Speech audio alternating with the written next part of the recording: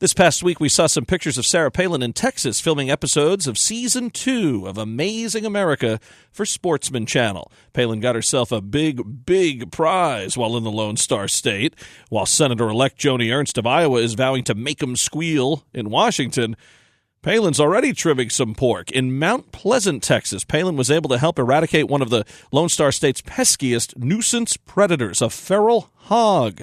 There are more than 2 million of these animals in Texas, resulting in millions of dollars of agricultural, environmental, and property damage annually.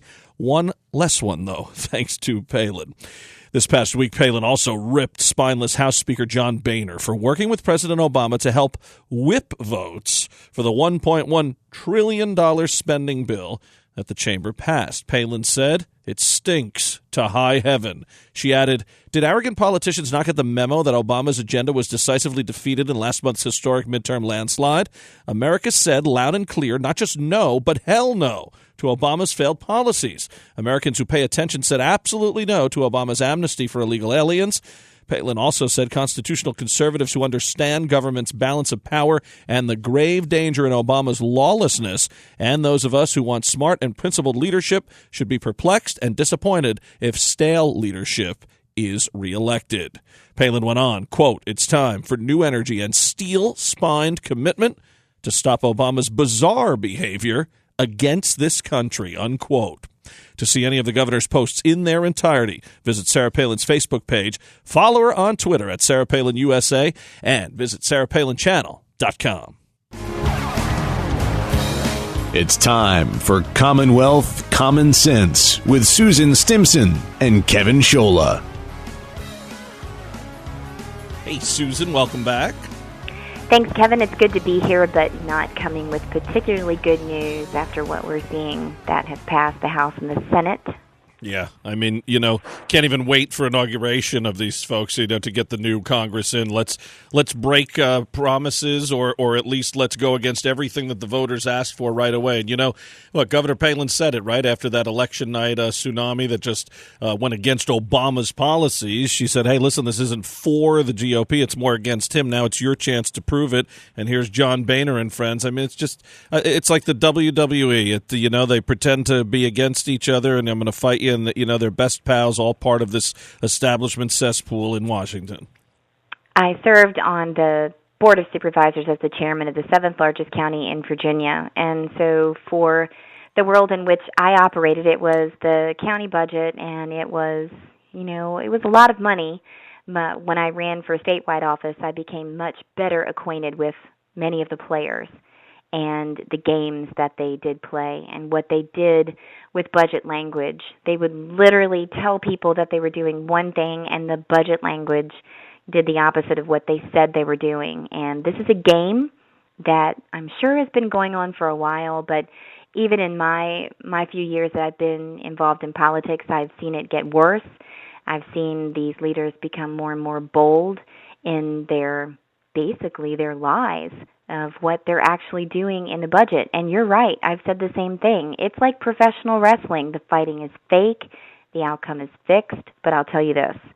I stood at the polls all day on Election Day in November, and many people came through the polls very frustrated and upset with the Democrats, but the next words out of their mouth were, "Watch the Republicans screw this up."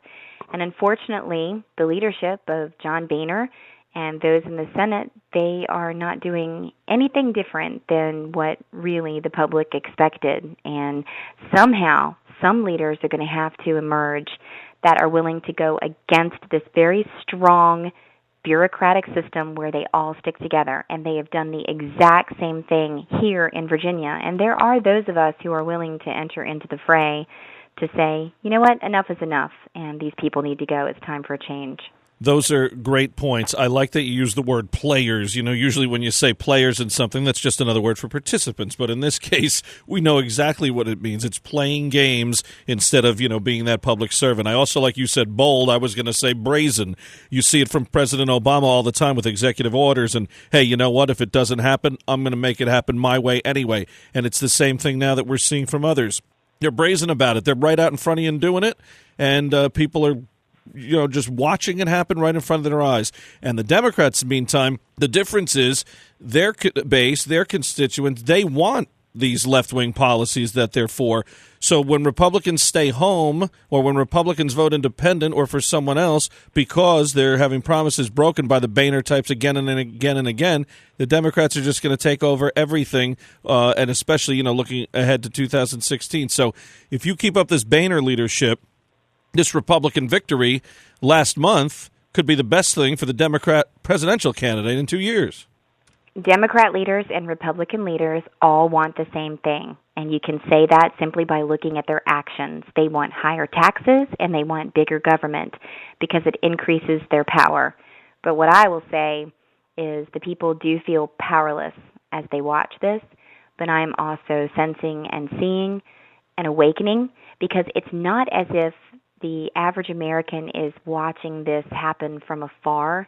They are feeling the effects of these terrible policies, of the drag on our economy, and the way that it is punishing the average American family with these higher taxes and out-of-control spending, that I do not think that this is going to be able to persist. I think that these people will continue to lose office, and hopefully we'll start electing people in office who care more about the principles and the oath of office that they take rather than keeping their own power. All right, Susan Stimson, thanks so much. Thank you, Kevin. Susan Stimson in Virginia. More Commonwealth Common Sense next week. Now our weekly commentary, Steel Resolve. Here's Sarah Steelman. Thanks, Kevin. Remember that old song that goes like this? Clowns to the left of me, jokers to the right.